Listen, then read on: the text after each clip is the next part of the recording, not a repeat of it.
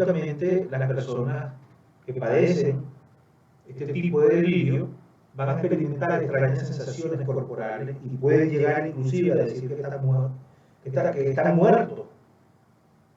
Y justamente este tipo de delirio va a aparecer también en depresiones muy severas. Tenemos la psicopatología del lenguaje. Justamente los trastornos del lenguaje en sí, de manera categórica, no pueden ser considerados como eximentes o atenuantes, sino como síntomas que van a estar asociados a la existencia de algún trastorno psicopatológico. No podemos olvidar que el lenguaje es nuestro medio esencial de poder nosotros comunicarnos y que a través de él hacemos público lo que estamos pensando. Describimos nuestras sensaciones y nuestras emociones, por lo que se puede convertir en una de las principales fuentes de información. Ojo con lo que voy a decir, se puede convertir en una de las principales fuentes de información a la hora de evaluar posibles psicopatologías. Entonces voy a tratar de hacer un background conciso para recoger las principales alteraciones relacionadas con esta esfera. Cuando estoy hablando de esta esfera, estoy hablando de la psicopatología del lenguaje. Y la vamos a poner en relación con los trastornos psicopatológicos a los que suelen acompañar.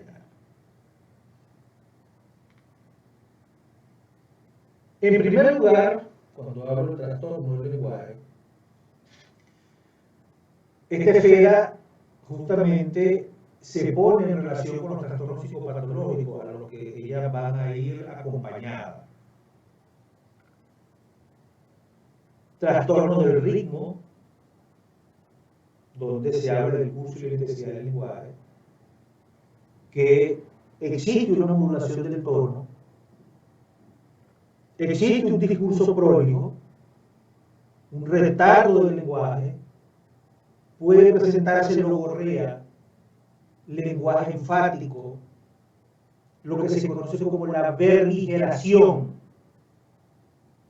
la ecolalia, la asonancia, la tartamudez, el mutismo. Estos son algunos trastornos del lenguaje. En primer lugar, vamos a hablar de la modulación del tono.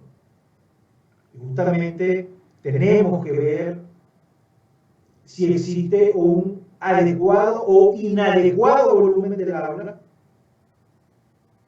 Y cuando existe un inadecuado volumen del habla a la situación que esté expresando, podemos observar que esto es propio de estados maníacos, de crisis de ansiedad, de personas que tienen miedo, de personas que tienen histerias. Y todo, cuando tienen histeria vemos el tono elevado. Y cuando vemos el tono bajo, estamos viendo crisis, miedos, crisis de ansiedad, miedo, estado maníaco. Y cuando lo vemos muy bajo, este tono, al hablar, lo vemos prácticamente en los trastornos depresivos. Y en los trastornos paranoides, es muy típico en que la persona que padece este trastorno haga murmuraciones. Tenemos el discurso prólijo, perdón, que en el discurso prólijo existe un excesivo número de detalles fuera de la finalidad de lo que se quiere decir, y es propio de las personas que padecen de esquizofrenia. El discurso prólijo es muy particular de las personas que padecen de esquizofrenia, inclusive de las personas que padecen de trastornos obsesivos compulsivos. Tenemos el retardo del lenguaje, que va a ser la expresión verbal, que es muy lenta y es propia de la depresión. Cuando usted escucha a una persona que tiene retardo al hablar, ya usted sabe que esta persona tiene una tendencia a estar padeciendo de una depresión. Y cuando usted escuche la palabra logorrea, que la logorrea no es más que una compulsión compulsión por hablar de forma acelerada y poco coherente, y justamente se da en los inicios de estados maníacos. La logorrea se da en los inicios de estados maníacos. Es lo interesante de esto, ¿no?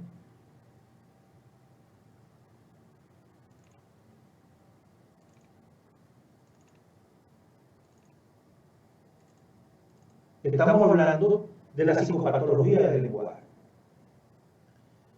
Dentro de esta psicopatología del lenguaje tenemos el lenguaje enfático.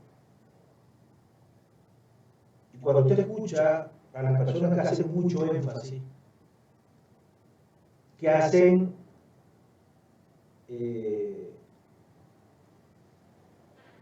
las personas tienen dentro del lenguaje enfático, son demasiado cortés y formalizados.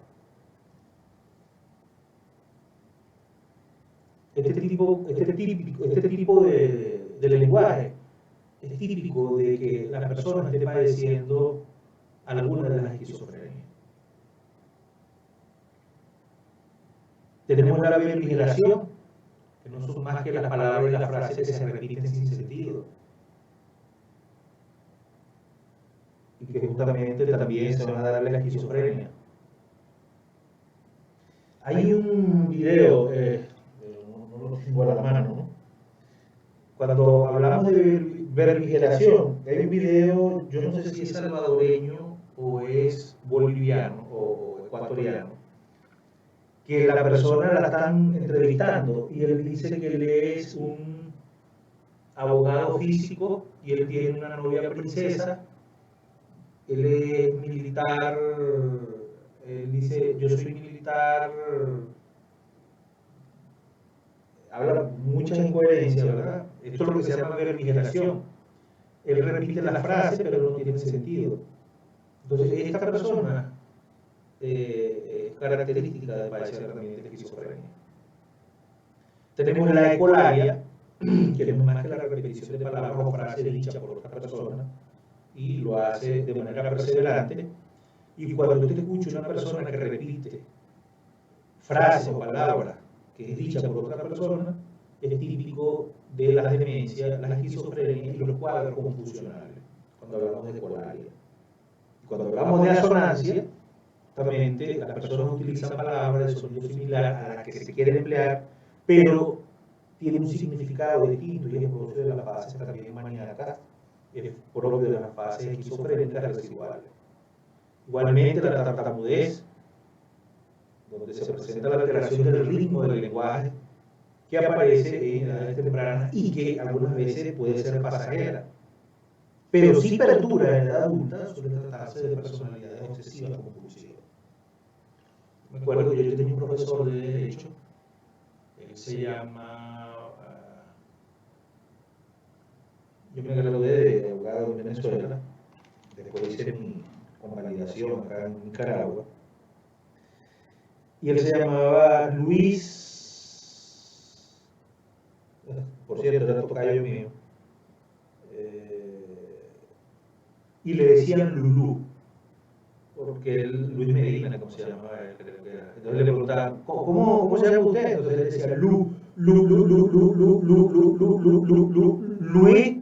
Medina. Entonces por eso le pusieron Lulú, porque él decía y se pegaba, pues. Entonces esa tartamudez, inclusive hay algunos niños que le da esta tartamudez en edades tempranas, pero les pasa. Pero como les decía, si perdura en edad adulta, esta tartamudez hace referencia a personas que tienen una obsesión compulsiva. Entonces, cuando usted vea esto, usted sabe que las personas en la etapa adulta son obsesivos compulsivos. No lo digo yo, lo dice la psicopatología, ¿no? Tenemos el mutismo. El mutismo es quedarse mudo, ¿no? Que es propio de personas que tienen una depresión profunda, de esquizofrenias catatónicas, de demencias seniles y personalidades histéricas. Figúrense que hace poco tuve un paciente que tenía mutismo. Digo que tenía porque ya con la terapia ya se le pudo, le di de alta la semana pasada, ya concluimos todo, un niño había desarrollado un autismo. Él se quedaba mudo, no hablaba con nadie, entonces venía a la consulta con su mamá y la mamá, él le hablaba a la mamá en el oído y la mamá me tenía que decir lo que el niño quería decirme. Yo le preguntaba, ¿cómo te llamas tú? Entonces el niño iba y le hablaba en el oído a la mamá y después la mamá me decía, él se llama Pedro Pérez, por decirle algo, él se llama Luis Bravo. Entonces, esto justamente, el niño, por la separación de su padre, había desarrollado este mutismo.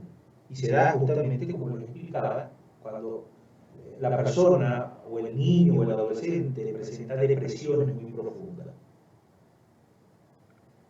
En la etapa adulta, o terminando la adolescencia, esto se puede dar también este mutismo, cuando la persona presenta esquizofrenia catatónica, las personas adultas, demencia senil, y personas que tienen o que sufren de histéricos, son personas histéricas. Tenemos los trastornos sintácticos, como la fragmentación, que es una forma entrecortada de hablar, en la que se suprimen la mayor parte de los pronombres y conjunciones, y que aparece determinada esquizofrenia. Y tenemos los trastornos semánticos, como la glosolalia, que consiste en un lenguaje lleno de nuevas palabras con un significado solo conocido por el sujeto, que también se va a dar en la esquizofrenia. La persona está hablando y solamente él entiende lo que él está diciendo, nadie le puede entender. Vamos a hablar rápidamente de los trastornos psicopatológicos frecuentes en el ámbito penal. Y hasta aquí hemos hecho una exploración por las distintas psicopatologías que afectan o que pueden afectar la imputabilidad o no de una persona que haya cometido un delito. Ahora bien, estas psicopatologías normalmente van a estar asociadas a determinados diagnósticos, conformando lo que conocemos por trastornos mentales. Y estos trastornos mentales van a ser diagnosticados en función de la presencia o de la ausencia de determinados síntomas.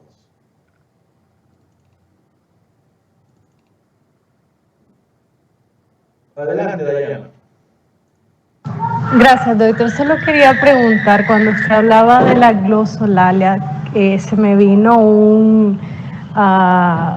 una mujer que anduvo muy viral en las redes sociales, que hablaba un lenguaje extraterrestre. ¿Podría decir que eso se refiere a glosolalia? Sí, yo diría que más, yo digo que esa mujer es esquizofrénica. La que hablaba con los extraterrestres, sí, que solamente ella entendía lo que estaba hablando, aunque después salieron algunos defensores de ella y dijeron que ella es un lenguaje antiguo, de una lengua muerta por allá, Sumeria y no sé de dónde, se inventaron toda una historia. Pero más de la historia, yo quiero que la observen a ella. Vean cómo ella habla, cómo ella... vamos a buscar, yo creo que vamos a ver si puedo conectarme acá un momentito con... ¿Me permite? Voy a buscar, vamos a ver una ventana nueva y voy a tratar de buscar en YouTube para que veamos un video de ella. ¿Me permite un momentito, por favor? Sí, tiene razón, es perfectísima. Muy valedera tu...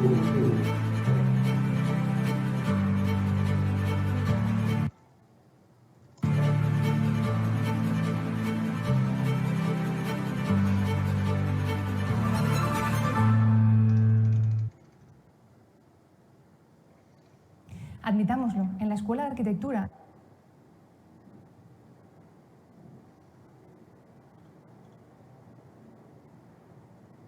Aquí está, ella se llama lenguaje alienígena, ¿no? Vamos a ver si me permite un momentito. Advertencia. El siguiente documental tiene la única finalidad de divertir al Serengeti urbano. Si usted padece del corazón o del hígado... Y siguiendo con cosas raras, van a conocer a una mujer que dice hablar el idioma de los extraterrestres. Aunque unos la están tomando muy en serio, otros simplemente la han convertido en el blanco de burlas. Ok, ya la voy a compartir. Me permite un momentito. Ok, ventana nueva. Aquí está. Me dicen si están viendo que alguien me diga si ya están viendo la presentación de YouTube en su pantalla. Sí. Ok. Entonces vamos a presentar esto ya para que vean una de estos trastornos semánticos como la glosolalia de esta persona que habla extraterrestre. El idioma de los extraterrestres, aunque unos la están tomando muy en serio, otros simplemente la han convertido en el blanco de burlas. Y ante tanto revuelo, nosotros hemos dicho, queremos hablar con ella. Pues insiste en que algunos enfermos se curan si la escuchan hablar y aporta el caso de un joven, nos lo cuenta Gabriela Vélez. Lo que está escuchando es un lenguaje extraterrestre.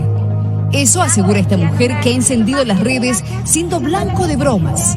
Soy un medium, un portal de comunicación entre lo divino y aquí en la tierra.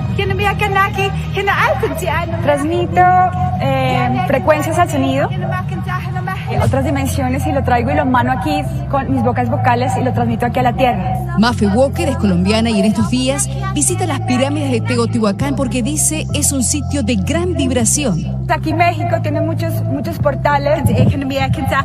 Pero ¿qué es lo que dice realmente? Tu cuerpo, las células, toda tu energía lo va a entender. La mente no, son sonidos, es frecuencia, como cuando oyes una canción y te gusta. Este don, dice ella, se activó en el 2012 cuando tuvo un despertar de conciencia. En ese momento mi cuerpo era tanta la energía, no lo comprendía, y todo el canal de la comunicación, que es lo que yo vengo a recibir, estaba como entumecido, era mucha la frecuencia. Ojo, quiero que observen la expresión corporal porque es muy importante. Y les digo que es muy importante porque cuando veamos lo que es la observación clínica conductual, debemos observar bien los aspectos de la forma, cómo gesticula y cómo mueve su cuerpo. El cuerpo transmite mucha información. No podía ni masticar. Esta mujer también dice hacerse llamar sanadora psíquica y está familiarizada con estos sonidos. Cuando hablas el idioma de la luz, viene del corazón y lo puedes entender. Pues uno dice, ¿qué es esto? Porque suena loco, suena chistoso. Si uno lo pone a analizarlo con la mente racional es algo que uno no puede entender. Daniel Silva conoció a Mafe Walker por las redes y le pidió ayuda para sanar la malaria que adquirió en la selva colombiana.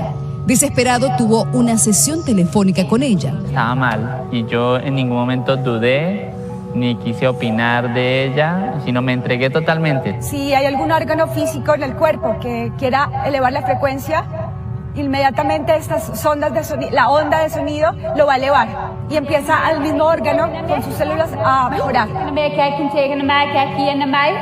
Daniel recuerda que entró en trance al escucharla. Me acosté con los ojos abiertos y ella empezó a hablar en sus lenguas, en sus cosas que habla, ¿no? Empezó, bueno, con sus cosas, y yo me entregué. Y en ese momento se paran dos seres gigantes, como altos, casi como un edificio, y lo que yo vi fue que me empezaron a hacer una cirugía. Ahora, libre de malaria, tiene su propia conclusión sobre esta mujer. Ella solamente es un canal, ella es un ser humano como todos nosotros y ella tiene uno de esos dones. Ella me sirvió a mí como instrumento para que yo pudiera ver eso dentro de mí. Gabriela Vélez, Telemundo. Bueno, no obstante, hay expertos que desmienten a esta mujer, a Mafe, porque aseguran que al escucharla dicen que habla sumerio, sumerio. Es una lengua muerta, no un idioma extraterrestre. Obviamente en las redes sociales ha causado mucho furor, hay quienes, como le mencionábamos, se burlan. Aquí nuestro equipo de producción estaba viendo incluso a imitadores que la están tratando de imitar, ¿no? Según que hablan extraterrestre, con idiomas medio raros. Lo que sí es que hay que mencionar que obviamente ella no hace esto de manera gratis, sino que cobra por cada sesión aproximadamente unos $75. Así que creo que es una manera de ganarse la vida. Unos le creen, otros no. Lo que sí es que tiene talento, Vean lo interesante de esto, ¿no? ¿Quién la entiende? Otra persona que también, igual que ella, entiende el idioma alienígena. Otra persona que estaba en otro país, que no opinó nada, pero que tenía problemas también de una enfermedad, le decía que tenía malaria, pero observen también las características morfológicas de su cuerpo. Y esta mujer empezó a hablar, pues, a decir de que ella se comunicaba con los extraterrestres, pues. Entonces, su lenguaje, el lenguaje de esta mujer, Mafre creo que se llama, está lleno de palabras solamente con un significado conocido por ella. Y respetando también, porque cada quien tiene, ¿verdad? Su en quién creer, y eso se respeta, cada quien es libre de creer en lo que quiera. Ustedes también pueden observar a estas personas, a estos religiosos, creo que son evangélicos pentecostales, si no me equivoco, ¿verdad? Que ellos le entra el espíritu, según ellos, y empiezan a hablar en lengua también. Me imagino que esto es más cercano que ver a Mafre allá en México, en la pirámides de Teotihuacán, ¿no? Aquí en las iglesias locales usted puede entrar y puede observar cómo personas empiezan a hablar en lengua, entre comillas, solamente ellos entienden lo que están hablando, y que además de entrar, ellos entran en una especie de trance, ¿no? Igualmente, esto ocurre en las personas que tienen algún tipo de posesión demoníaca, entre comillas, ¿verdad? Y esto lo pueden observar en la película de El Exorcista. Si ustedes analizan desde un punto de vista psicopatológico esta película, El Exorcista, ustedes se pueden dar cuenta de que lo que está ocurriendo en la mente de Emily Rose, creo que así se llama, no sé si estoy equivocado, de que la cabeza le da vuelta a 360 grados, de que ella camina como una araña, de que ella se levanta, de que ella vomita, solamente está ocurriendo en la mente de ella. Todo lo que ustedes ven en esa película, ella lo está imaginando, ella lo está viviendo, es ella, solamente ella. No está ocurriendo para afuera. Y aquí usted puede ver que la mayoría de las personas que padecen de esquizofrenia son las personas que tienen estos trances y de convertirse y de llenarse, de vivir un espíritu que le ha llegado y que empieza a decir cualquier cantidad de cosas. Por supuesto, ¿no? Dentro de una configuración neurofisiológica, estas personas tienen los ventrículos más grandes. Esto le permite mayor flujo de líquido cefalorraquídeo, y esto permite que estas personas tengan experiencias místicas, digámoslo de esta manera, desarrollan una serie de misticismo, de lenguaje incomprensible, que solamente ellos lo pueden entender. Y justamente me estoy acordando que tuve una entrevista, ¿no? Yo me entrevisté con un sacerdote, me invitan a una conferencia, entonces estaba un rabino, estaba un pastor evangélico, estaba un sacerdote jesuita católico, estaba un psiquiatra, un neurólogo, y me invitan a mí como psicólogo, pues, a esa conferencia. Se hizo en línea y me preguntaban mi opinión con respecto a las personas que padecían de alienación o de estos trastornos. Para mí un trastorno de esquizofrenia, estábamos hablando de las posesiones demoníacas y de lo que era el exorcismo, etcétera, etcétera. Bueno, los religiosos, con el respeto que se merecen, pero también a nosotros, las personas de ciencia, también merecemos respeto. Ellos empezaron a dar su punto de vista, ellos sacaron la Biblia y empezaron a decir de que las posesiones demoníacas estaban registradas en la Biblia de la antigüedad, etcétera, etcétera, etcétera. Yo respeto, pero no lo comparto. Entonces yo saqué Ellos sacaron su Biblia, yo saqué mi manual diagnóstico y estadístico de los trastornos mentales, saqué mi clasificación internacional de enfermedades de la Organización Mundial de la Salud y saqué mi libro de psicopatología. Y nos sentamos. Cada quien desde su punto de vista. Yo les explicaba que inclusive saqué a colación esta película del exorcista y le dije, bueno, o sea, todo lo que está ocurriendo en la mente de ella. No, pero empezó que... Entonces sale el que estaba dirigiendo la entrevista y dice, oh, bueno, lo vamos a respetar, pues. Porque así como las personas que no creen se quedan calladas y dan sus argumentos y los escuchan, entonces el pastor evangélico y el sacerdote se exacerbaron, pues. El rabino se quedó callado, ¿no? Entonces el que estaba dirigiendo la entrevista los calmó, pues, y le dijo, bueno, respete, porque ellos lo están respetando a ustedes. ¿Por qué? Porque justamente empezaron, nosotros, el psiquiatra, el neurólogo y su servidor, empezamos a dar argumentos científicos. Ellos solamente daban argumentos netamente religiosos, pues, y bíblicos. Entonces, al ver que ellos no podían argumentar, no argumentar, refutar lo que nosotros estábamos diciendo, entonces empezaron el pastor inclusive nos dijo al psiquiatra y al neurólogo y a mí, los reprendo en el nombre de... Bueno, era un dominicano, me acuerdo yo, el pastor evangélico, el sacerdote era un español, el rabino, por supuesto, judío, que vive en España.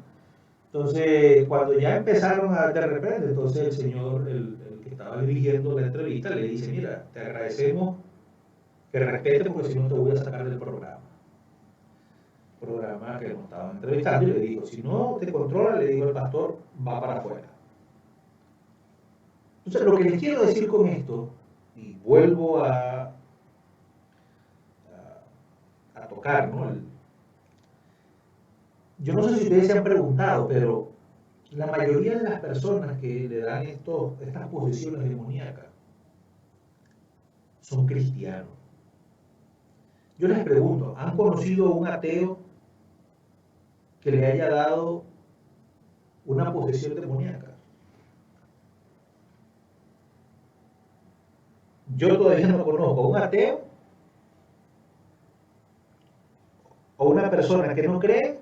Yo todavía, a esta altura de mi vida, que tengo ya, en enero cumplo 51 años, yo todavía no he conocido a un ateo que le hayan hecho un exorcismo.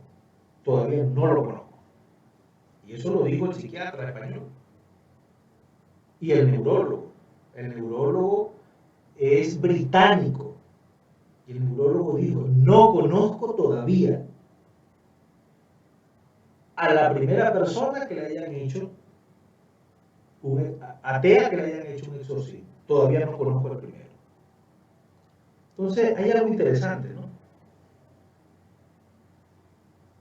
Con respecto a los exorcismos, con respecto a las personas que, no sé si han visto también ustedes en los cultos, ¿no? Que viene el pastor y le coloca la mano de esta manera, abre la mano y se la coloca en la cabeza de esta manera.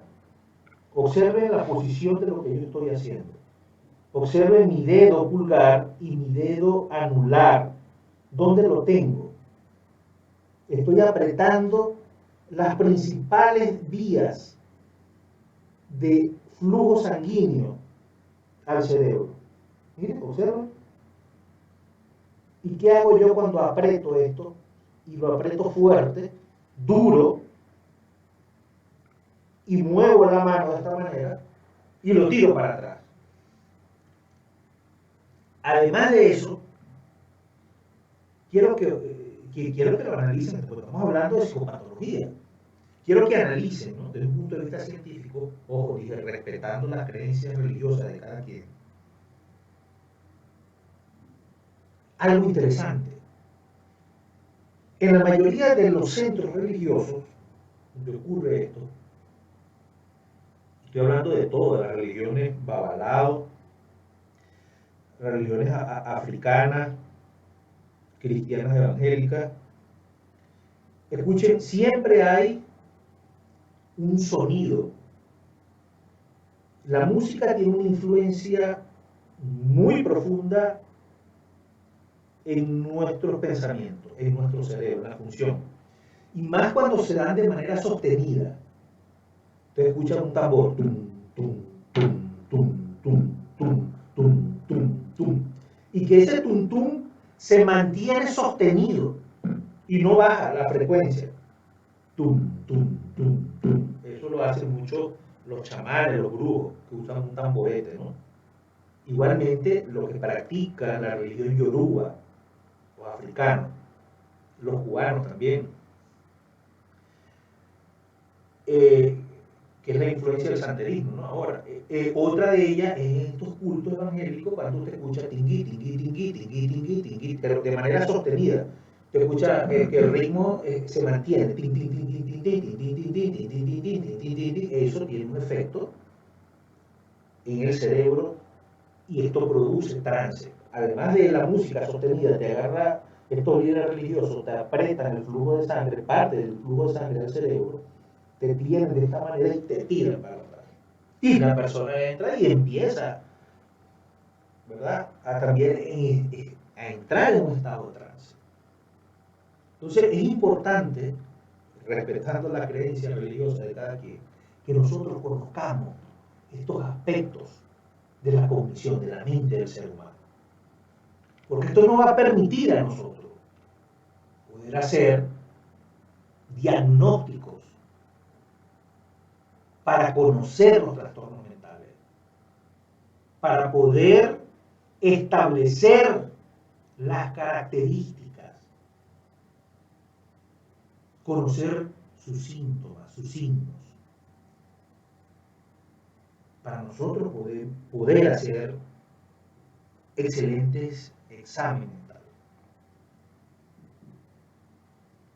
Entonces, ya vimos esta señora llamada Mafre, no sé cómo se llama, la colombiana que vive en México, que cobra, además cobra, que ella solamente entendía lo que ella estaba diciendo. Por allá salieron otros locos, y me disculpan la expresión, a decir que era un lenguaje sumerio. Entonces, yo no sé cómo estas personas que dijeron que era un lenguaje sumerio, si fue que revivieron un sumerio, ¿verdad? Y le preguntaron, o si no se comunicaron con un sumerio, con una bolita mágica en el más allá para que le dijera. Porque ella no lo escribía, ella solamente lo decía.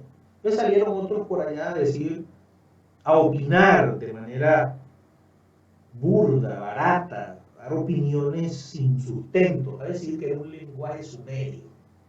¿Cuál lenguaje sumerio? Que ni ella misma, ella se inventaba las palabras. Entonces, esta joven y las que la acompañan tienen una tendencia a desarrollar trastorno esquizofrénico. O si no, yo voy a lo otro, ¿no? Están haciendo real a costillas de la gente tonta. Que esa es la otra, ¿no? Y yo apuesto a esa, a que están haciendo dinero a costillas de la gente tonta. Porque ya no salió más, ya se le acabó la fama. Ya no salió más. Por eso yo analizando el contexto, yo pienso que ella lo que estaba era sacando dinero. Así de fácil. Se hizo famosa por 2 meses, 3 meses y ya se le acabó la fama. Pues. Todo lo que sube rápido, baja rápido. Y eso es lo que ocurrió con ella. Bueno, vamos a seguir hablando de los trastornos psicopatológicos frecuentes, como les decía, en el ámbito penal.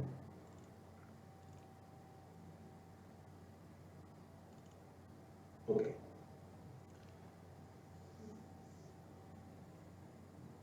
Hay algo interesante hablar sobre esto, he escuchado profesionales de la salud mental en decir que esa persona tiene un retraso mental. Y ojo con eso, ¿no? La palabra retraso mental ahora se llama trastorno del desarrollo intelectual, porque era muy, decían estos estudiosos de la lengua, que era muy peyorativo hablar de retraso mental. Entonces, el Manual Diagnóstico y Estadístico y la Clasificación Internacional de Enfermedades, respetando los derechos humanos,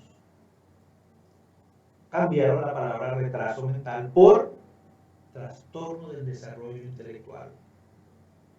Y esta es una de las novedades, ¿no?, que entraron a partir del año 2011 y que lo que buscaban era modificar,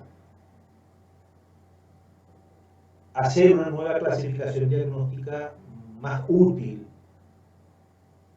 que sirviera más en la práctica clínica.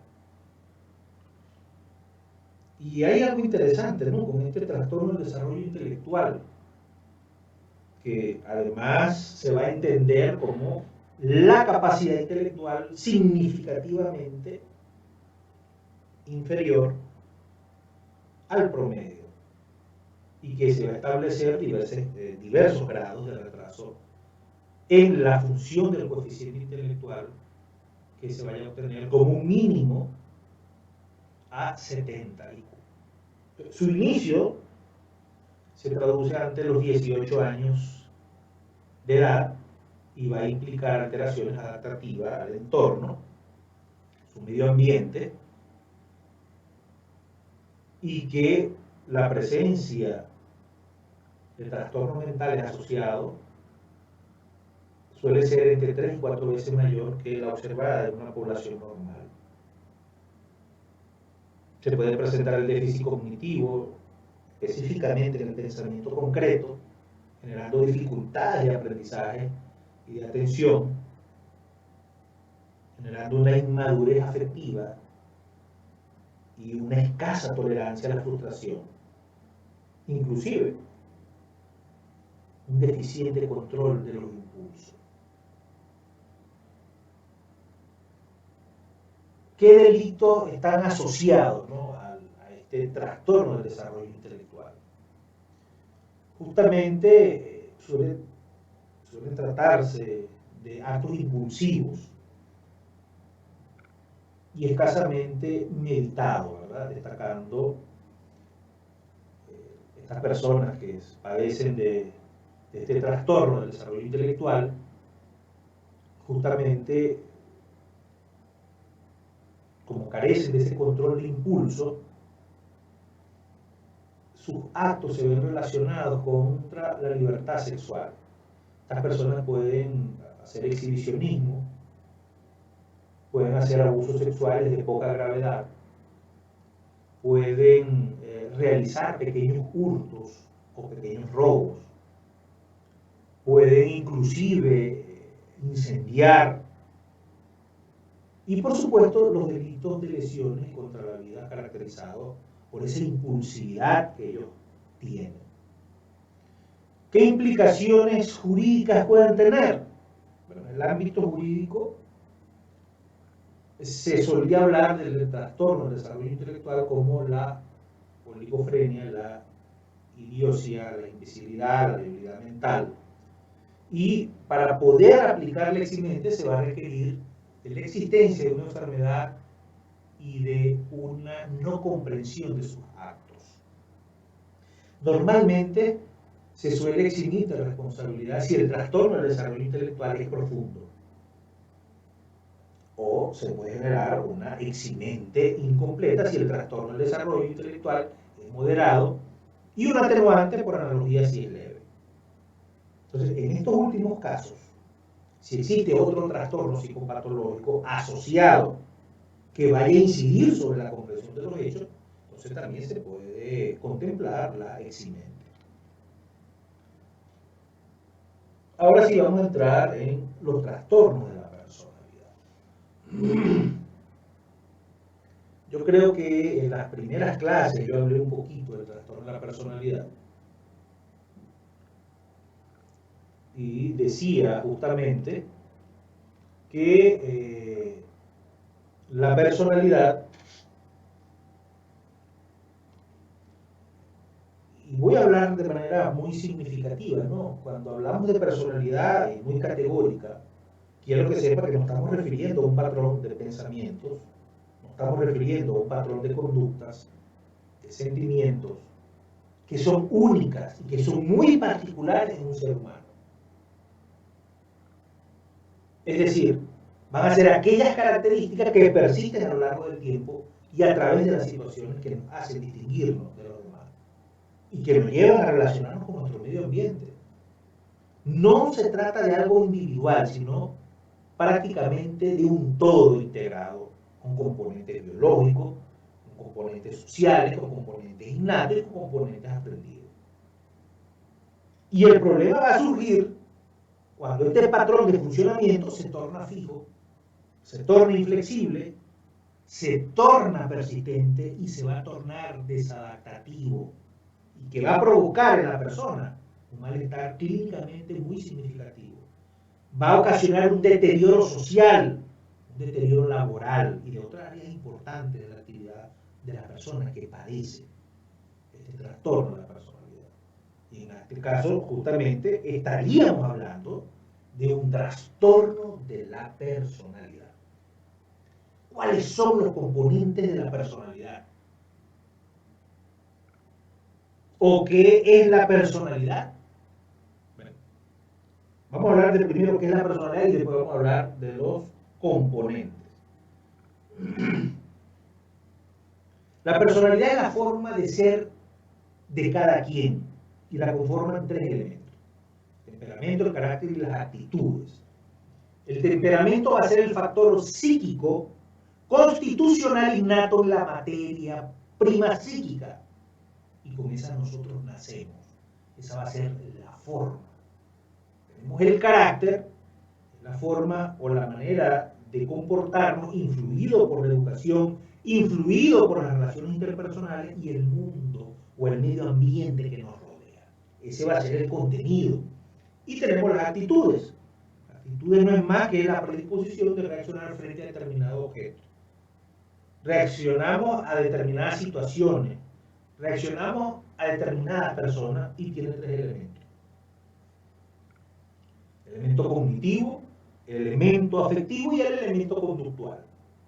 El elemento cognitivo, estoy hablando de las actitudes. El elemento cognitivo van a ser las ideas, los conceptos. En realidad van a ser las creencias, todo lo que él aprendió desde que nació hasta la edad que tiene. Tenemos el afectivo, que va a ser el placer o el displacer, cómo resuena con el entorno. Y el conductual, que van a ser las acciones o la forma de reaccionar. Entonces, con esto quiero decir que con el temperamento nacemos, el carácter se adquiere y la personalidad se construye. Ojo, con el temperamento nacemos, con el carácter se va a adquirir y la personalidad se va a ir construyendo. Ahora sí vamos a hablar de la personalidad. Tenemos que diferenciar cosas importantes como lo son los tipos de personalidad. Tipos de personalidad con algunos rasgos de otra personalidad. Y esto es lo más frecuente que se ve y que se oye en nuestro mundo, en nuestra sociedad. Ojo, no estamos hablando de dos personalidades. Tenemos que entender que es la acentuación de rasgos para terminar entendiendo los trastornos de la personalidad. ¿Y qué es los rasgos? Explíquenos eso de qué es los rasgos, porque usted está diciendo que no estamos hablando de dos personalidades y que tenemos que entender la situación de los rasgos. ¿Pero qué son los rasgos? Entonces, estos rasgos van a ser las conductas que se van a repetir ante estímulos similares y se denominan patrones de conducta, y todos los seres humanos los tenemos. ¿Y qué es la acentuación de esos rasgos? Bueno, cuando hablamos de la acentuación de estos rasgos, van a ser las conductas rígidas que no cambian, que van a persistir ante estímulos diferentes. Entonces, ahora sí vamos a hablar de los trastornos de la personalidad. De acuerdo con el Manual Diagnóstico y Estadístico de los Trastornos Mentales, conocido como el DSM-5, ahora acaba de salir el texto revisado, DSM-5, texto revisado TR, no lo tengo el DSM-5, que yo se los pasé, ustedes los tienen ya en su, creo que lo pasé en las primeras clases. Entonces, de acuerdo al manual, este Manual Diagnóstico y Estadístico, él dice que, o explica que los trastornos mentales, perdón, los trastornos de personalidad, van a ser patrones de percepción, con un contenido de relación y de pensamientos estables acerca del medio y de uno mismo, y que se van a manifestar en una amplia gama de importantes contextos sociales, de contextos personales, y que van a ser inflexibles, y que van a ser desadaptativos, y que además de ello van a ocasionar ya sea un deterioro funcional significativo o una angustia subjetiva. Pero, ¿qué es el trastorno de personalidad según el Manual Diagnóstico y Estadístico de los Trastornos Mentales? Entonces, este DSM-5 dice que se va a entender por trastorno de la personalidad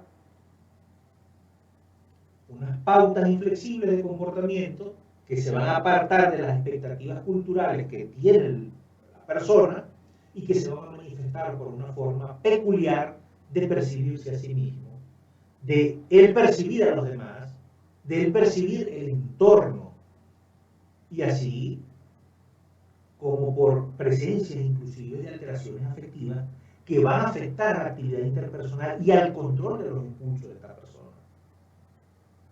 Y que se suele iniciar, ojo, se suele iniciar en la adolescencia, y los comportamientos se van a extender a una amplia gama de situaciones, lo que le va a provocar un malestar subjetivo, significativo y un deterioro sociolaboral. Según este Manual Diagnóstico y Estadístico, él clasifica los trastornos de la personalidad en 3 grandes grupos. Tenemos los del grupo A, que están los paranoides, los esquizoides y los esquizotípicos, y los trastornos de la personalidad del grupo A se va a caracterizar como retraídas, personas frías, personas suspicaces, personas que son irracionales. Dentro de los estamentos de una persona con trastorno paranoide, es importante destacar que estas personas son suspicaces, que estas personas se ofenden con facilidad y que estas personas tienen una tendencia a confiar poco y pueden imaginar que las afirmaciones inocentes tienen significado oculto. Tenemos el esquizoide, y estas personas tienen poco interés en las relaciones sociales, cuentan con un rango emocional muy restringido y parecen indiferentes a las críticas y a los elogios. Estas personas tienen una tendencia a la soledad. Estas personas evitan las relaciones interpersonales estrechas, unidas, lo que incluye inclusive las de tipo sexuales. Y los esquizotípicos. Los esquizotípicos, justamente estas personas, son difíciles mantener una relación interpersonal. Y para estos individuos van a carecer de amigos cercanos y se van a sentir incómodos ante situaciones sociales. Muestran suspicacias y tienen percepciones o pensamientos inusuales.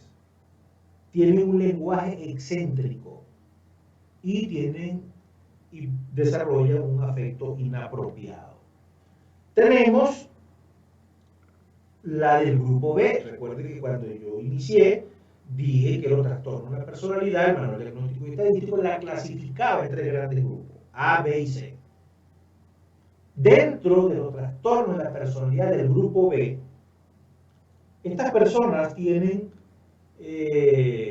una tendencia a ser melodramáticos. Son personas que son muy susceptibles y buscan mucha atención. Sus estados de ánimo son lábiles y con frecuencia son superficiales. En muchas ocasiones tienen conflictos interpersonales muy intensos. Muy intensos. Dentro de este grupo de la personalidad del tipo B, tenemos el antisocial, el limítrofe, el histriónico y el narcisista. El antisocial tiene una característica importantísima al desarrollar una conducta irresponsable. Inclusive, esa conducta irresponsable tiene una tendencia criminal. Y estas personas comienzan durante la niñez y la adolescencia temprana. Estamos hablando de edades de 10, 12 años. Estas personas, o estos adolescentes, o estos niños, presentan mucho ausentismo escolar. Se escapan de su hogar. Empiezan a desarrollar comportamientos crueles. Les gustan las peleas, destruir las cosas. Son mentirosos. Y les gusta apropiarse de las cosas. Además del comportamiento criminal, en la etapa adulta omiten el pago de deudas o tienen un comportamiento irresponsable.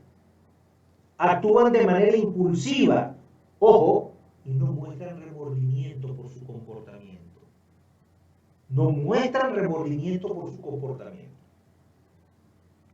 Tenemos el trastorno limítrofe de la personalidad.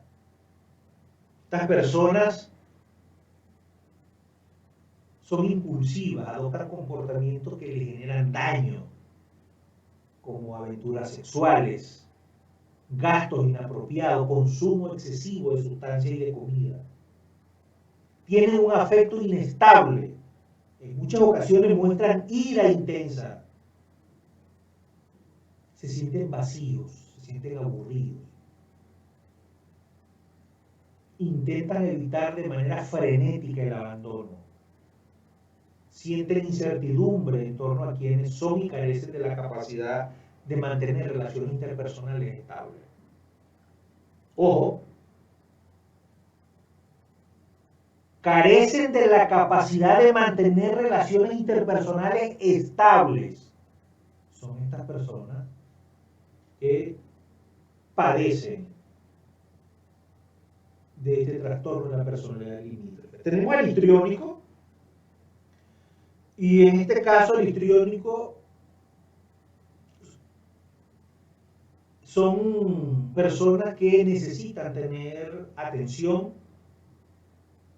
Estos individuos necesitan reafirmar de manera constante su atractivo. Pueden ser egocéntricos y seducir por medios sexuales. Son vagos, pero necesitan obtener atención. Llaman mucho la atención estas personas. Tenemos el narcisista. El narcisista son personas que se sienten importantes y con frecuencia muestran intranquilidad por envidia. Tienen fantasías de éxito. En su actitud prepotente y esa falta de compasión puede llevarle a aprovecharse de otras personas. Rechazan con intensidad las críticas, no les gusta que lo critiquen, no les gusta que lo señalen. Y por supuesto, necesitan atención y admiración de manera constante estas personas. Déjeme decirle que estas personas causan mucho daño. Son muy dañinas.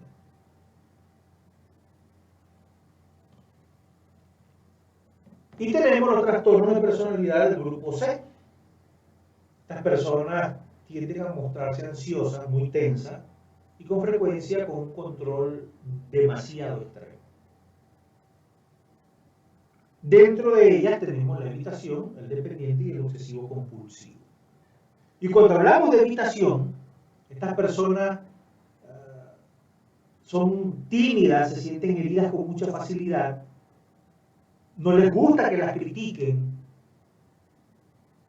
y esto hace de que estas personas no se relacionen con otras personas porque tienen miedo a ser criticadas, tienen miedo a ser heridas, le temen a la vergüenza de mostrar emociones o decir cosas que parezcan tontas. Estas personas carecen de amigos cercanos.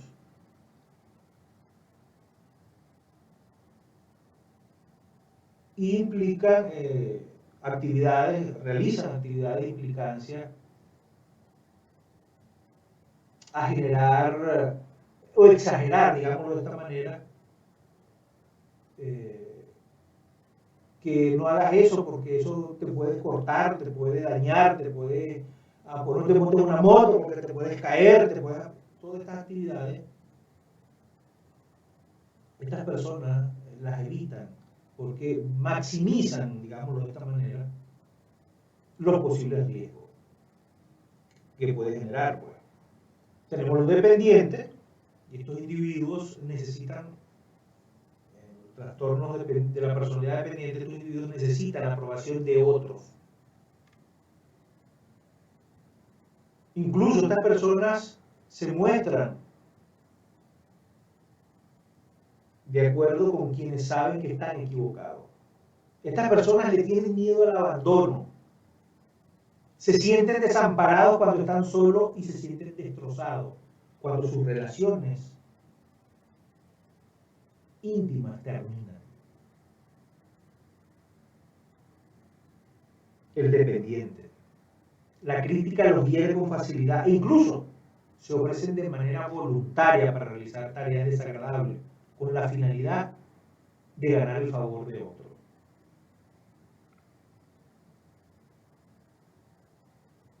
Tenemos el obsesivo compulsivo, trastorno de personalidad obsesivo compulsivo. El perfeccionismo, la rigidez caracterizan a estas personas. Con frecuencia el obsesivo compulsivo es adicto al trabajo. Estas personas tienden a ser indecisos, son escrupulosos en extremo y se preocupan por los detalles. Insiste en que otras personas hagan las cosas a su manera. Estas personas tienen dificultad para expresar afecto. Tienden a carecer de generosidad, incluso pueden resistirse a desechar objetos que ya no necesitan. Estas son la clasificación de los trastornos de la personalidad.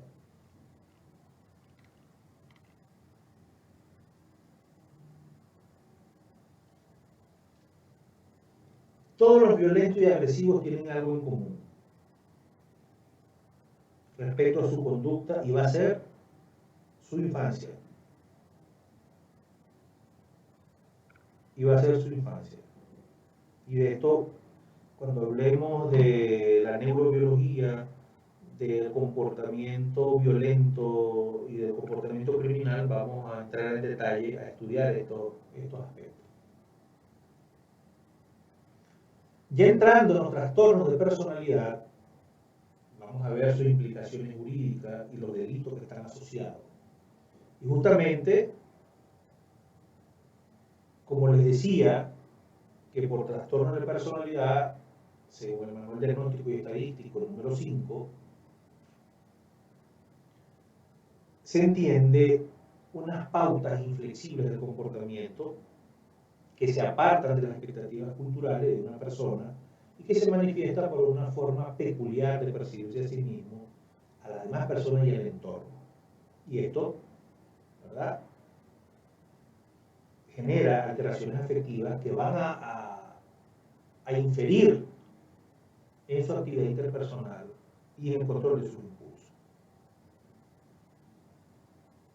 ¿Qué implicaciones jurídicas pueden tener los trastornos de personalidad? Si bien los trastornos de personalidad por sí solos no suelen afectar a la responsabilidad de las personas, de los sujetos, no menos es cierto que existe una mayor probabilidad que bajo determinadas circunstancias, las personas que padecen de trastorno de la personalidad tengan una mayor probabilidad, ojo, de cometer delitos, viéndose afectada su capacidad cognitiva, su capacidad volitiva, que será lo que nosotros, los profesionales de la salud mental, tengamos que valorar en su momento. En primer lugar, vamos ya a hablar del trastorno paranoide de la personalidad. Las personas que padecen del trastorno paranoide de la personalidad tienen una tendencia a interpretar, ojo, de forma agresiva y de forma amenazante las intenciones de los demás. Se trata de sujetos, se trata de personas sumamente desconfiados, sumamente suspicaces, y suele ser frecuente la hostilidad dirigida hacia el entorno. Son hostiles. Te hacen la vida de cuadritos. Dentro de los delitos asociados,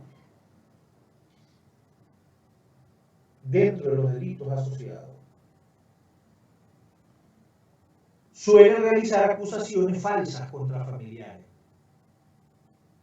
Estas personas realizan acusaciones falsas contra sus compañeros de trabajo y contra sus amigos. Y también suelen mostrarse agresivos y tienen conductas impulsivas. Entonces ya sabe usted que una persona que tiene trastornos paranoide de la personalidad son personas que viven creando conflictos, creando acusaciones, acusando a su hermana que tú me agarraste, que el compañero del trabajo, que me agarraste mi lapicero, que te llevaste el control del aire acondicionado. Y además de eso se molestan, se vuelven agresivos. ¿Qué implicaciones jurídicas tienen estas personas con trastornos paranoide de la personalidad? No están asociados a implicaciones jurídicas estas personas. El trastorno esquizoide de la personalidad, este trastorno se va a caracterizar por la introversión, se va a caracterizar por la indiferencia, por esa falta de empatía y por la carencia de características para establecer relaciones interpersonales estables y duraderas. Estas personas que padecen del trastorno esquizoide de la personalidad tienen una tendencia a vivir solo y a inhibirse emocionalmente. Dentro de los delitos asociados, estas personas que padecen del trastorno esquizoide de la personalidad rara vez se constata en personas que delinquen, y especialmente debido a su introversión y a su tendencia al aislamiento. De igual manera, estas personas no tienen implicaciones jurídicas ni legales, no están inmersos en delitos. Tenemos el trastorno esquizotípico de la personalidad. Hablamos del paranoide, del esquizoide, y ahora vamos a hablar del esquizotípico de la personalidad. Del esquizotípico de la personalidad.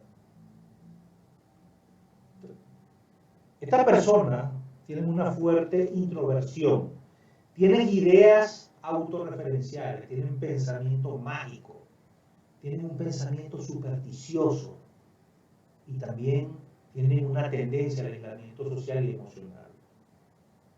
Las personas que padecen de este trastorno sufren de intensa ansiedad social. Son personas desaliñados, extravagantes. Esto suele ser un trastorno frecuente entre personas marginadas, entre las personas que están mendigando en la calle. Son personas que padecen del trastorno esquizotípico de la personalidad. Al igual que el trastorno paranoide, que el esquizoide de la personalidad, la actividad delincuencial es poco significativa para este trastorno y de igual manera no está asociado a implicaciones jurídicas. En cambio, los trastornos antisociales de la personalidad se van a caracterizar por un desprecio y por violación de los derechos a los demás, y que suele comenzar o a despuntar ante los 15 años de edad y que se va a traducir en un fracaso en la adaptación a las normas sociales, en decir mentiras de manera reiterativa. Son mitómanos, son impulsivos, son irritables, son personas agresivas y generan una despreocupación por su seguridad, por su conducta, esa conducta irresponsable, esa falta de remordimiento por los demás. Estas personas cometen numerosos tipos de delitos y su historia de vida está llena de comportamientos en contra de lo que establecen las normas de convivencia social. Se fugan de la casa, son crueles con los animales, inclusive no solamente con los animales, también con las personas. Les gusta provocar incendios, les gusta robar, y en la vida adulta no suelen conservar un puesto de trabajo. Tienen una vida promiscua sexualmente, no se responsabilizan de sus familiares y se comportan de forma agresiva. Y este delito, y este trastorno antisocial de la personalidad es el trastorno que mayor relevancia tiene a nivel jurídico. ¿Por qué? Si bien tradicionalmente no se les ha aplicado ningún tipo de atenuación en la pena, es evidente que este trastorno tiene la capacidad para afectar a las facultades psíquicas de las demás personas. A las facultades psíquicas de las demás personas. Tenemos el trastorno límite de la personalidad. En este trastorno existen características importantes de inestabilidad en las relaciones personales, en la autoimagen y la afectividad. Son personas impulsivas y son personas que tienen una tendencia a la conducta suicida inclusive. Son personas que se sienten vacías y están inadaptadas social, familiar y laboralmente. No toleran la soledad y son muy sensibles al rechazo. Es frecuente en estas personas el consumo de sustancias tóxicas, de sustancias psicoactivas. Frecuentan ambientes marginales.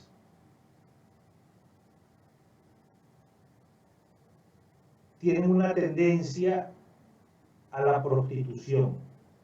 Pueden llegar a tener relaciones de ira muy violentas y muy desproporcionadas. Por supuesto, seguido de un arrepentimiento y de súplica de ayuda cuando tienen estas reacciones y lo que desencadena estas reacciones. Dentro de sus implicaciones jurídicas, en determinadas circunstancias, sus capacidades pueden verse alteradas, de forma que su responsabilidad penal puede ser atenuada. Tenemos el trastorno histriónico de la personalidad. Estas personas tienen una tendencia excesiva de emotividad y de búsqueda de atención. Su comportamiento hacia los demás es seductor y su afectividad es muy cambiante. En muy raras ocasiones estas personas delinquen. El histriónico, estoy hablando del histriónico de la personalidad. En ocasiones muy raras estas personas van a delinquir.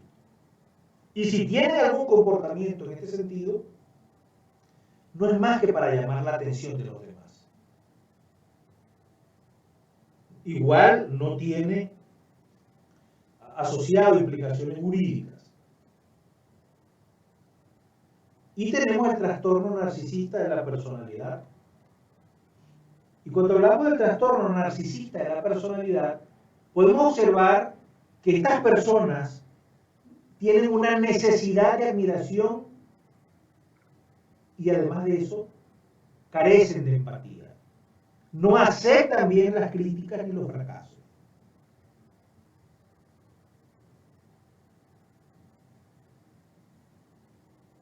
Generan una magnificación de los logros. Su comportamiento es arrogante y tienden a utilizar a los demás en su propio beneficio. no suele ser frecuente el delito, salvo por denuncias falsas contra los demás cuando sienten que sus derechos son vulnerados. Igual que el anterior, no hay asociación de implicaciones jurídicas.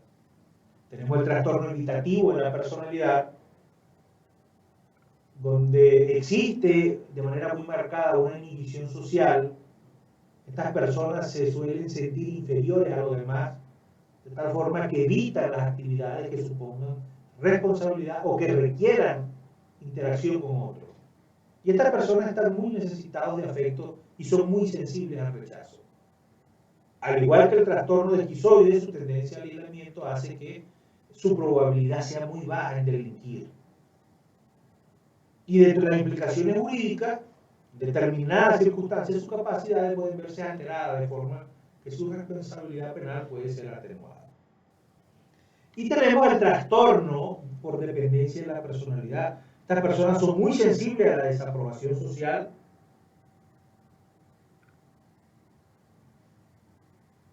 y no se sienten capacitados para vivir solos, de manera autónoma. Estas personas se muestran sumisos, se muestran dependientes de otras personas, su autoestima es muy baja, no asumen responsabilidades ni toman decisiones de forma independiente. Hacen cualquier cosa para no perder la aprobación de los demás. Y debido a esa dependencia, pueden llegar a hacer cualquier cosa por los demás. Inclusive pueden llegar a ser cómplices de personas que se aprovechan de ellos para cometer delitos. De igual manera, dentro de las implicaciones jurídicas no está asociado, ¿verdad?, por esta misma capacidad de no vivir de manera autónoma, que siempre está dependiendo de alguien, ¿verdad? Por eso es que no existe casi implicaciones jurídicas en este tipo de delitos. Tenemos el trastorno obsesivo compulsivo de la personalidad. Estas personas se preocupan sobremanera por el orden, se preocupan mucho por el perfeccionismo, se preocupan mucho por la necesidad de tener el control de la situación. Son personas meticulosas, personas muy rígidas, tanto en lo moral como en lo ético, y sienten terror ante la transgresión de las normas. Son fieles seguidores de las normas, por lo que son poco frecuentes estar inmersos en delitos. Igual, dentro de las implicaciones jurídicas, ¿verdad?, no existen, a menos que concurra con el trastorno antisocial de la personalidad. Entonces, hasta aquí vimos lo que son los trastornos mentales, los trastornos de personalidad y su relación con los tipos de delitos. Hablamos de la personalidad, hablamos de lo que es la personalidad,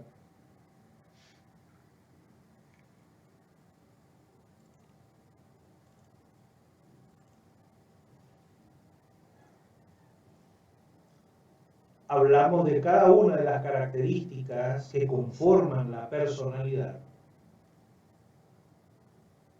Decíamos que la personalidad es la forma de ser de un individuo y que lo conformaban tres elementos: el temperamento, el carácter, las actitudes, y que dentro de las actitudes teníamos características cognitivas, afectivas y conductuales, y decíamos que con el temperamento se nace, que el carácter se va a adquirir y que la personalidad se va a construir. Decíamos que, según el Manual Diagnóstico y Estadístico de los Trastornos Mentales, de los trastornos de personalidad, estoy alucinando, ¿no? Los trastornos de la personalidad, decía que eran patrones de percepción, de pensamientos, acerca del medio ambiente y acerca de uno mismo. Y que esto se va a manifestar en una amplia gama de importantes contextos sociales, de contextos personales, y que iban a ser inflexibles, y que iban a ser desadaptativos, y que ocasionan un deterioro funcional muy significativo. Hablamos de los trastornos de la personalidad según el Manual Diagnóstico y Estadístico, el DSM-5. Hablamos de que se clasificaban en 3 grandes grupos, grupo A, grupo B, grupo C. Hablamos en el grupo A del paranoide, del esquizoide y del esquizotípico. Y en el grupo B hablamos del trastorno de la personalidad antisocial, del limítrofe, del histriónico, del narcisista. Y dentro del grupo C hablamos del evitativo, del dependiente y del obsesivo compulsivo.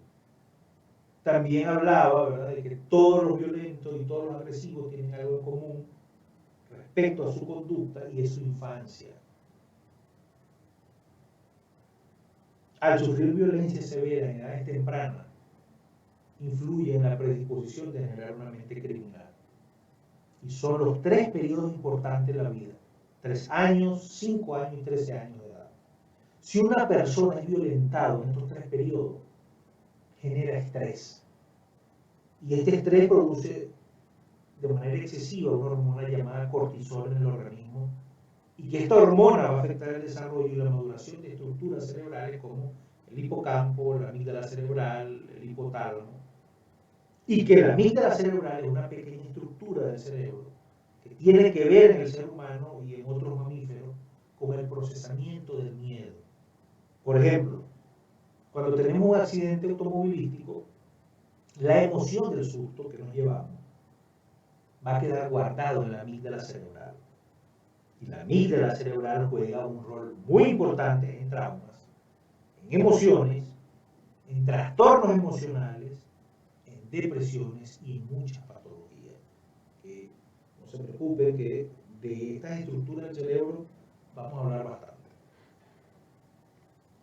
Hablamos también de los trastornos de la personalidad, hicimos una definición de los delitos asociados y sus implicaciones jurídicas. Hablamos del trastorno paranoide, hicimos un breve concepto de los delitos asociados, de sus implicaciones jurídicas. El trastorno esquizoide de la personalidad, de igual manera. El trastorno esquizotípico de la personalidad, y que decíamos que estas personas, el esquizotípico, lo podemos observar en personas marginadas y mendigos. Hablamos del trastorno antisocial de la personalidad. Decíamos que empezaba a despuntar este trastorno culminando la infancia, comenzando la adolescencia y se desarrollaba hasta la etapa adulta.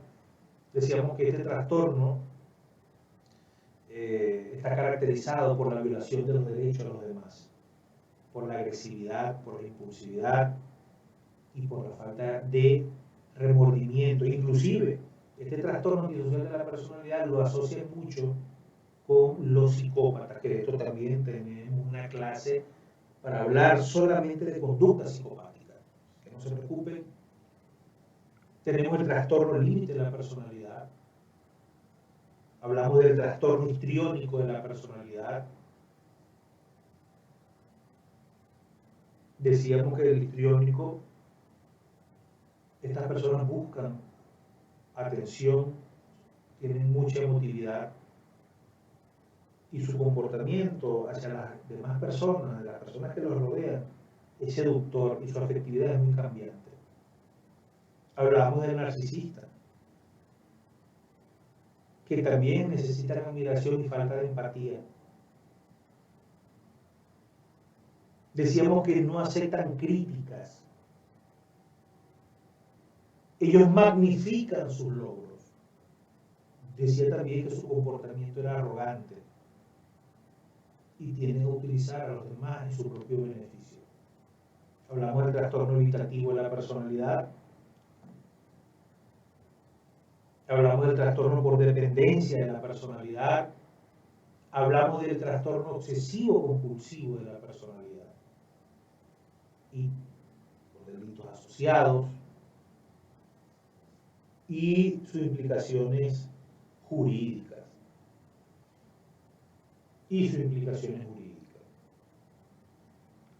Solo nos queda hablar de los trastornos mentales orgánicos, de los trastornos psicóticos, de los trastornos del estado de ánimo, y todo ello, ¿verdad?, con sus implicaciones jurídicas y los delitos asociados, de los trastornos neuróticos de igual manera, de los trastornos del control de los impulsos, de los que consumen drogas y su relación con la criminalidad, y de las implicaciones psicológicas del consumo de drogas y sus repercusiones jurídicas también.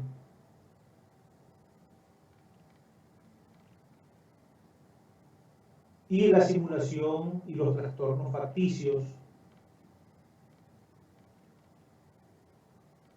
Y cerramos con la evaluación de la víctima y los trastornos indemnizables.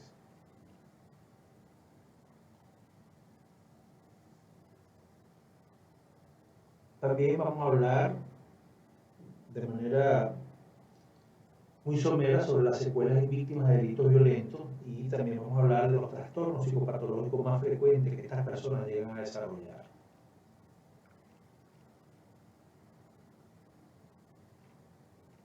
Vamos a hablar un poco del psicodiagnóstico del trastorno estrés postraumático, del psicodiagnóstico del trastorno estrés agudo y del psicodiagnóstico del trastorno adaptativo. También de manera muy genérica vamos a hablar de las agresiones sexuales y de las agresiones y abusos sexuales en menores. Vamos a hablar de algunos de los síntomas más comunes, de los tipos de efectos, del periodo evolutivo, y ahí culminamos para ya entrar en lo que es valoración del daño psíquico de víctimas de abuso sexual infantil y sus consecuencias neurofisiológicas. Voy a hablar también de la psicología y la investigación criminal, su importancia, cómo se hace una investigación, la importancia del psicólogo en la investigación criminal, para después entrar, vamos a hablar de neurociencia y derecho, de la importancia del derecho de la neurociencia, ya para entrar en la parte de, aunque en valoración del daño psíquico vamos a ver el examen mental, vamos a ver el informe psicológico. Les voy a pasar un modelo de cómo se hace un informe psicológico.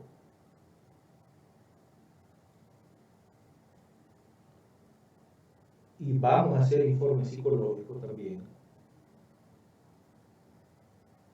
Entonces, mis estimados, si no tienen, vamos a revisar.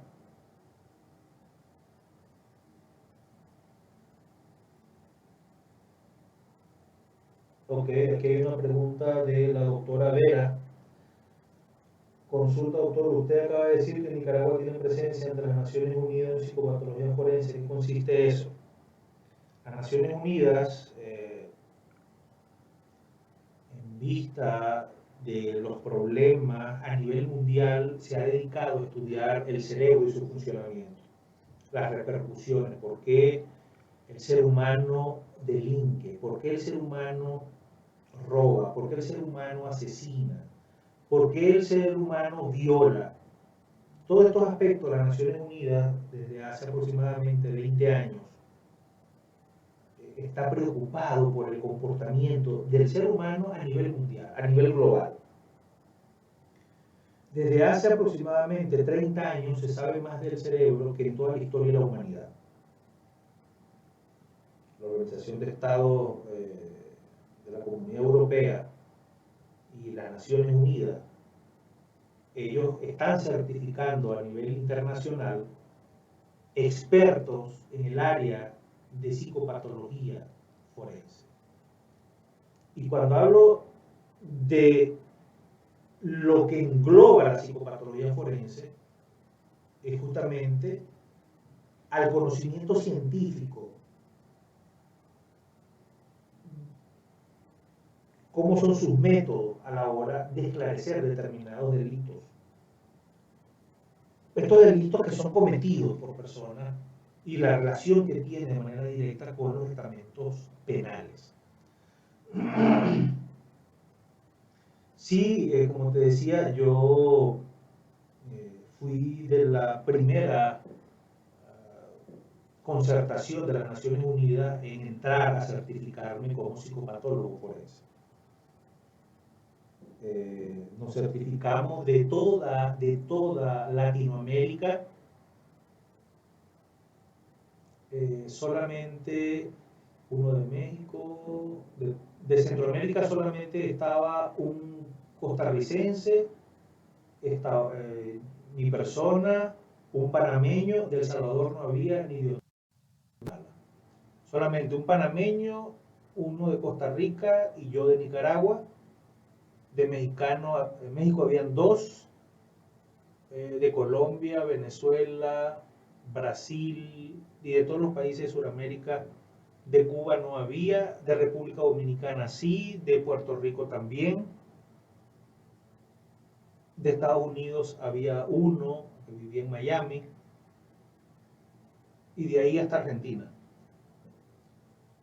De Europa hicieron otra certificación de todos los países del continente europeo. Y así donde las Naciones Unidas tiene presencia, ellos estaban certificando. Después que me certificaron, me llamaron a formar parte del claustro de académicos de las Naciones Unidas, de la CIFAR y de la CIFAR Argentina y de la UNITAR de las Naciones Unidas, y ellos formaron de la primera camada un grupo de expertos para seguir facilitando esta información y certificando. La certificación cuesta de psicopatología forense, no me acuerdo cuál es el precio ahorita, pero yo la tengo por ahí porque hay una certificación y hay que pagarla.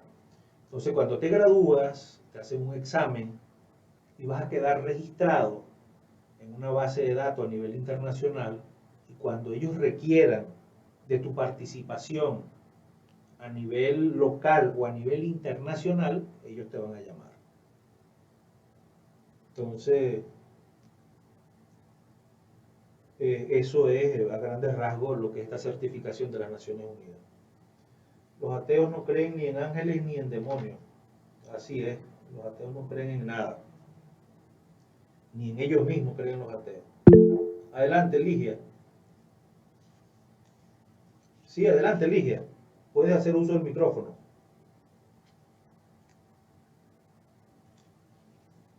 Doctor, y buenas noches al resto de compañeros, ¿verdad? Sí, buenas noches, Ligia. Haciendo como un breve, así como comentario, no sé si usted o alguno de los presentes logró ver una serie que sacó Netflix ahorita sobre un documental de un asesino en serie, como fue el asesino de Jeffrey Dahmer, ¿verdad? Hablando sobre los trastornos de personalidad.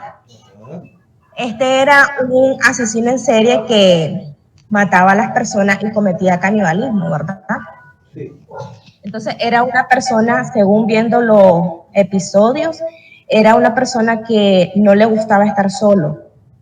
Y ante las demás personas, él se comportaba, o sea, tenía, valga la redundancia, tenía un comportamiento como de una persona normal. O sea, al final, todas las personas no creían o no podían pensar que él había cometido tantos asesinatos porque era una persona tranquila, o sea, no se le miraba con, ¿cómo le podría decir? Con antecedentes, pues, de agresividad. Era una persona tranquila, simplemente, pues, que era una persona aislada durante estuvo en la universidad y toda su etapa de juventud.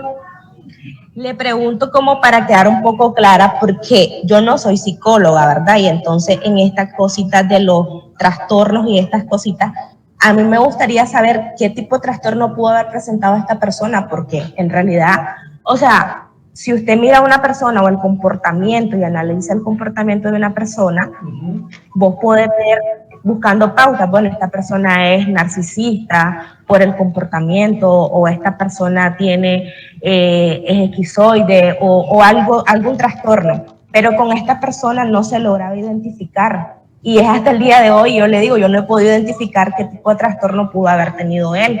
Okay. Esa es mi pregunta. Y pues sí me gustaría que me aclarara porque, pues como le expliqué, no soy psicóloga. Sí, no, está bien, tiene todo su derecho a preguntar, mi estimada Ligia. Mira, hay algo interesante en Jeffrey Dahmer, ¿no? ¿Se acuerdan que yo le decía que hace un momento que estábamos hablando justamente de que en el ser humano hay algo interesante, ¿no? Y se acuerdan que yo les hablaba de las edades del ser humano, que las edades, y yo les decía ahorita, que de esto íbamos a hablar más adelante, ¿no?